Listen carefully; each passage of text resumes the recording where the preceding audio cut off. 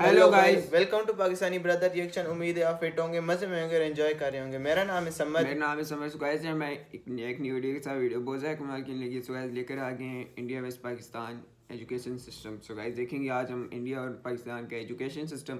सो guys video बहुत ज़्यादा कमाल की लगी, वीडियो को लास्ट से देखिएगा। ओरिजिनल वीडियो लिंक आपको मिल जाएगा नीचे डिस्क्रिप्शन में। चैनल पर नहीं हुआ चैनल को जरूर सब्सक्राइब कर दीजिएगा, बेल आइकन को दबाना मत भूलिएगा। सो गाइस देखते हैं बिना किसी देरी की काउंटडाउन करते हैं 3 2 1 एंड स्टार्ट।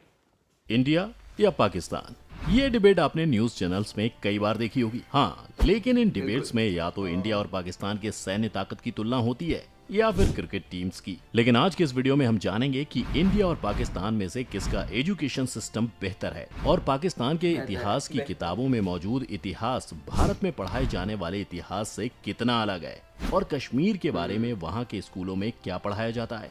अगर आप भी इन सारे सवालों का जवाब जानना चाहते हैं तो इस वीडियो को अंत तक जरूर देखिएगा। Factified. Facts on your face. Literacy rate. दोस्तों 1947 में आजादी मिलने के बाद दोनों ही मुल्कों के सामने सबसे बड़ी समस्या थी लोगों का पढ़ा लिखा ना होना।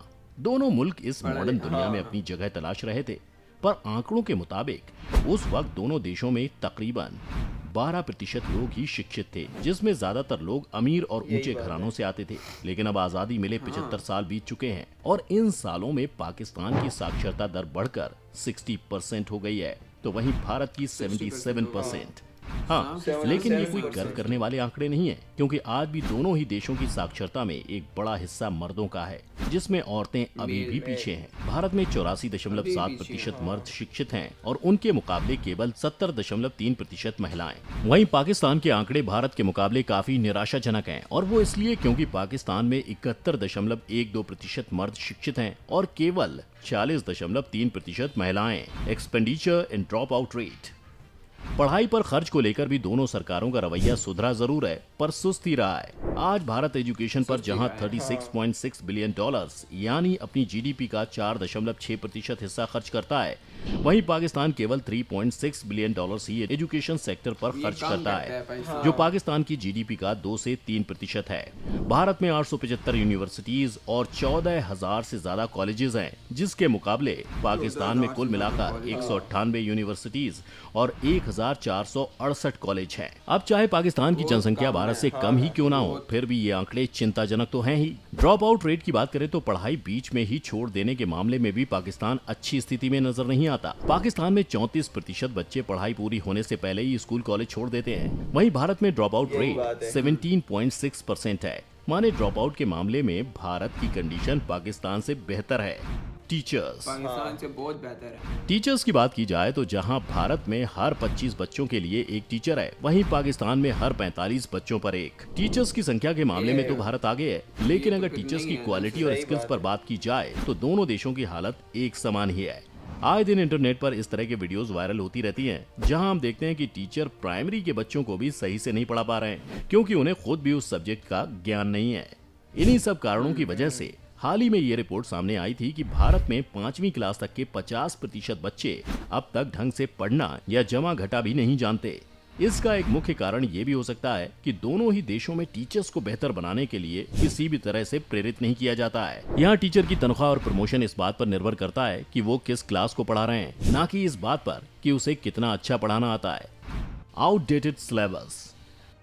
दोनों ही देशों की शिक्षा व्यवस्था अंग्रेजों की देन है, वही अंग्रेज जिन्हें पढ़े लिखे नौकरों की जरूरत थी। आजादी के बाद सिस्टम को बदलने के बजाय दोनों ही देश उसी सिस्टम को लेकर आज भी चल रहे हैं। साथ ही स्कूलों और कॉलेजेस का सिलेबस 40 साल से वही है। कितने ही स्कूलों में आज भी बच्चे विंडोज XP या विंडोज 7 पर कंप्यूटर सीखते हैं, जिस वजह से बच्चों को असल दुनिया के लिए नहीं बल्कि नंबर लाने के लिए पढ़ाया जाता है। और जब यही ग्रेजुएट्स बाहर नौकरी लेने निकलते हैं तो वो उस नौकरी के लिए तैयार ही नहीं होते, जिस वजह से बेरोजगारी बढ़ती है। Political climate. बेरोजगारी बढ़ती है। भारत के मुकाबले पाकिस्तान की राजनीति अलग अलग दौर से गुजरी, कभी सैन्य तानाशाही तो कभी आधा अधूरा लोकतंत्र, जिस वजह से जिसने जब चाहा वहां के इतिहास से छेड़छाड़ की। जियाउल हक ने सबसे पहले घोषणा की थी कि स्कूलों में सिर्फ वो किताबें पढ़ाई जाएंगी जो सरकार द्वारा अप्रूव्ड होंगी। इसी वजह से पाकिस्तानी और हिंदुस्तानी किताबों में कई ऐतिहासिक घटनाओं के अलग अलग विवरण मिलते हैं। जैसे पाकिस्तान में 1971 के बांग्लादेशी स्वतंत्रता के चैप्टर्स के बारे में लिखा गया है कि भारत ने बांग्लादेशी हिंदुओं की मदद से वहां की जनता को पश्चिमी पाकिस्तान की तरफ भड़काया और बाद में अराजकता फैलाने के लिए हथियार भी मुहैया कराए, जिस वजह से पाकिस्तान के 2 टुकड़े हो गए। कश्मीर को लेकर भी कई झूठ पाकिस्तानी क्लासरूम में तथ्यों के रूप में परोसे जाते हैं। रिप्रेजेंटेशन NSSO के एक रिपोर्ट के मुताबिक आज भी भारत में 3 करोड़ से ज्यादा बच्चे ऐसे हैं जिन्होंने आज तक स्कूल का मुंह भी नहीं देखा है।